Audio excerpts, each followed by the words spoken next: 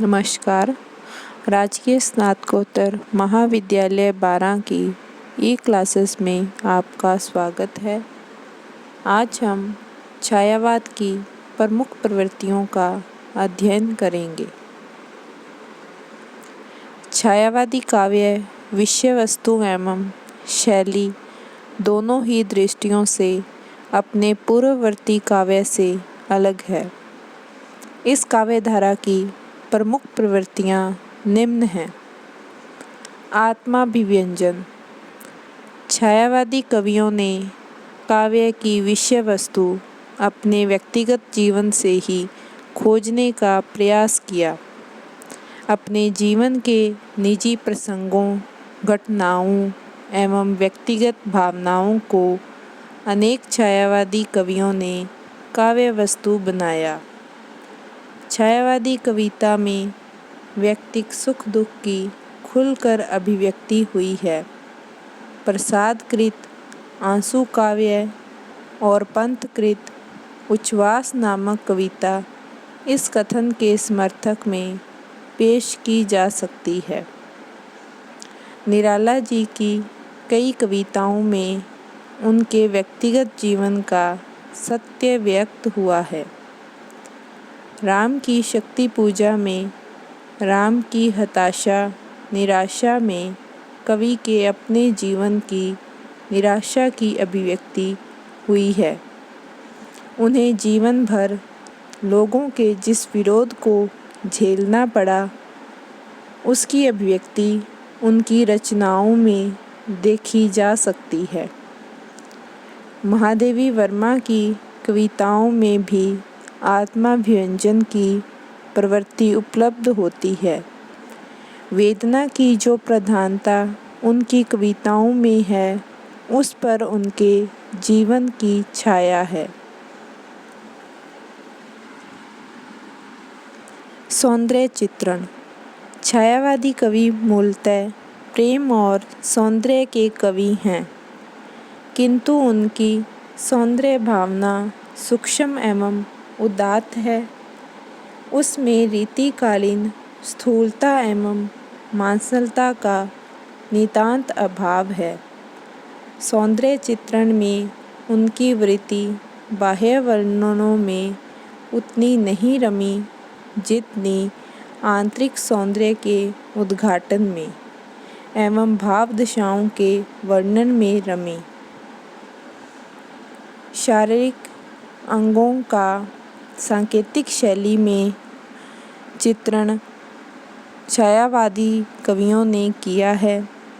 श्रद्धा के सौंदर्य का सांकेतिक शैली में चित्रण जयशंकर प्रसाद ने अपनी कामायनी में किया है। श्रृंगार निरूपण। द्विवेदी युगीन कविता में श्रृंगार निरूपण बहुत कम हुआ है और जहाँ हुआ है वहाँ भी मर्यादित रूप में ही है। छायावाद में आकर कविता में उन्हें श्रृंगार की प्रतिष्ठा हुई। इन कवियों ने श्रृंगार के संयोग एवं वियोग दोनों पक्षों के आकर्षक चित्र अंकित किए। निराला ने जूही की कली नामक कविता में प्रकृति के प्रतीकों से श्रृंगार का निरूपण किया। पंत के काव्य में प्रेम और श्रृंगार भावना की बड़ी सहज अभिव्यक्ति हुई है। वियोग श्रृंगार के अति भव्य चित्र प्रसादकृत आंसू में उपलब्ध होते हैं। कविवर पंत ने भी वियोग व्यथा का मार्मिक वर्णन अपनी कविताओं में किया है। वे तो यह मानते हैं कि कविता का जन्म ही वियोग व्यथा से हुआ होगा। महादेवी वर्मा के काव्य में तो विरह एवं वेदना की ही अधिकता है। इस प्रकार कहा जा सकता है कि श्रृंगार निरूपण छायावाद की प्रमुख प्रवृत्ति रही है। नारी भावना। छायावादी कवियों ने नारी के प्रति उदात्त दृष्टिकोण अपनाकर समाज में उसके सम्माननीय स्थान को प्रतिष्ठित किया। रीतिकालीन कवियों ने नारी को विलास की वस्तु और उपभोग की सामग्री मात्र माना, जबकि छायावादी कवियों ने उसे प्रेरणा का पावन उत्स मानते हुए गरिमा प्रदान की। वह दया, क्षमा, करुणा, प्रेम की देवी है और अपने इन गुणों के आधार पर श्रद्धा की पात्र है, ऐसा छायावादी कवियों का मानना था। पंत ने देवी, माँ, सहचरी, प्राण कहकर नारी के प्रति अपने आदर का परिचय दिया। प्रसाद जी के हृदय में नारी का बहुत ऊंचा स्थान था। निराला जी ने भी नारी को निराश पुरुष के हृदय में आशा का संचार करने वाली शक्ति के रूप में प्रतिष्ठित किया। राम की शक्ति पूजा में राम के निराश हृदय में सीता की स्मृति मात्र से आशा का संचार होते हुए दिखाना निराला जी की नारी के प्रति सम्मान को दर्शाता है। रहस्य भावना। छायावादी काव्य में रहस्यवाद की प्रवृत्ति भी प्रमुख रूप से उपलब्ध होती है। आचार्य रामचंद्र शुक्ल ने इसी कारण से छायावाद का अर्थ रहस्यवाद माना है। प्राय सभी छायावादी कवियों ने अज्ञात सत्ता के प्रति जिज्ञासा के भाव व्यक्त किए हैं। सुमित्रानंदन पंत की मौन निमंत्रण कविता में इसकी अभिव्यक्ति बहुत सुंदर ढंग से हुई है। कवि प्रसाद जी ने भी कामायनी में स्थान स्थान पर उस अज्ञात सत्ता के अस्तित्व का बोध कराया है। निराला जी की तुम और मैं कविता में उस परमात्मा से अनेक प्रकार के संबंध जोड़े गए हैं जो छायावाद की रहस्यवादी प्रवृत्ति को दर्शाते हैं। महादेवी वर्मा जी के काव्य में भी रहस्यवाद की प्रवृत्ति उपलब्ध होती है। प्रकृति चित्रण। छायावादी कवि प्रकृति के कुशल चितेरे हैं। इन कवियों ने प्रकृति पर मानवीय चेतना का आरोप करते हुए उसे हंसते रोते हुए भी दिखाया है। पंत जी ने तो प्रकृति को ही अपनी काव्य प्रेरणा माना है और वे प्रकृति सौंदर्य को नारी सौंदर्य पर वरीयता देते हैं। मोह नामक कविता में वे स्पष्ट रूप से स्वीकार करते हैं कि नारी सौंदर्य में आकर्षण होता है, पर वह इतना नहीं कि प्रकृति सौंदर्य की उपेक्षा करवा सके। पंत जी प्रकृति के सुकुमार कवि कहे जाते हैं। प्राकृतिक सुषमा का चित्रण उन्होंने प्रकृति को आलंबन बनाकर अपनी अनेक कविताओं में किया है। वस्तुतः आलंबन रूप में प्रकृति निरूपण छायावादी प्रकृति चित्रण की प्रमुख विशेषता मानी जा सकती है। पंत की बादल कविता में आलंबन रूप में प्रकृति चित्रण किया गया है। आलंबन रूप के अतिरिक्त उद्दीपन रूप में, अलंकार के रूप में, प्रतीकात्मक रूप में तथा मानवीकरण रूप में प्रकृति निरूपण छायावादी काव्य में हुआ है।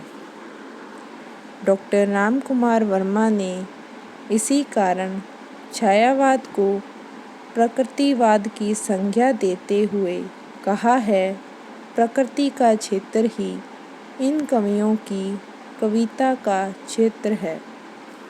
ऐसी स्थिति में इस कविता को यदि छायावाद की बजाय प्रकृतिवाद कहें तो अधिक युक्ति संगत होगा। दुख और वेदना की विवृति। छायावादी काव्य में दुख और वेदना भाव की अभिव्यक्ति हुई है। महादेवी तो वेदना की ही कवियत्री हैं।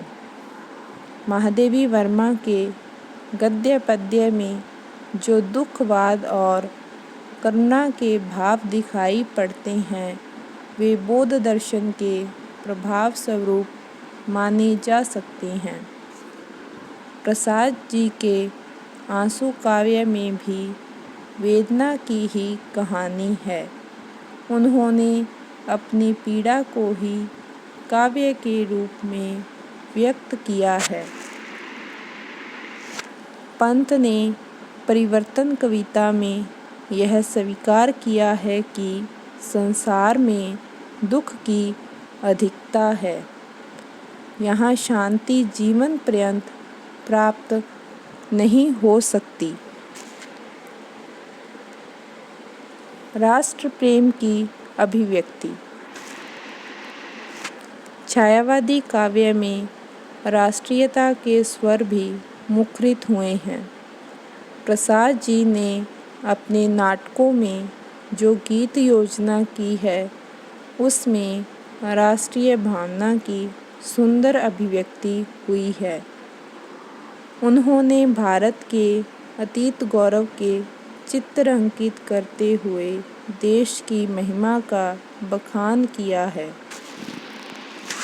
छायावादी कविता की इस राष्ट्रीय चेतना को देखकर यह निष्कर्ष निकाला जा सकता है कि कवि अपने युग से नितांत असंस्कृत नहीं थे।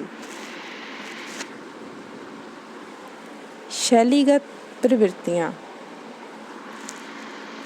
छायावादी काव्य विषय वस्तु एवं शिल्प दोनों ही दृष्टियों से नवीनता लिए हुए है। लाक्षणिक भाषा का प्रयोग, प्रतीकात्मक शैली, उपचार वक्रता एवं नवीन अलंकार विधान के कारण इस काव्य में शिल्पगत नवीनता दिखाई पड़ती है।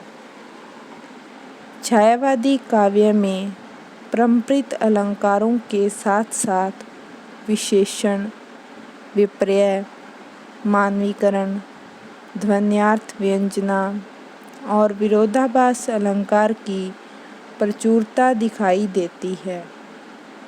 अमूर्त उपमान भी इस काव्य की विशेषता है। कवि पंत जी ने तो मूर्त के लिए अमूर्त उपमानों का प्रयोग अधिकाधिक किया है। मुक्तक गीत शैली और चित्रोपम भाषा के साथ साथ नवीन छंद विधान भी इस काव्य की अपनी विशेषताएं हैं। संक्षेप में यह कहा जा सकता है कि छायावाद हिंदी काव्य का गौरवपूर्ण अध्याय है तथा प्रसाद, पंत, निराला और महादेवी वर्मा इस युग के ऐसे हस्ताक्षर हैं जिनके योगदान से हिंदी साहित्य को श्री समृद्धि प्राप्त हुई है।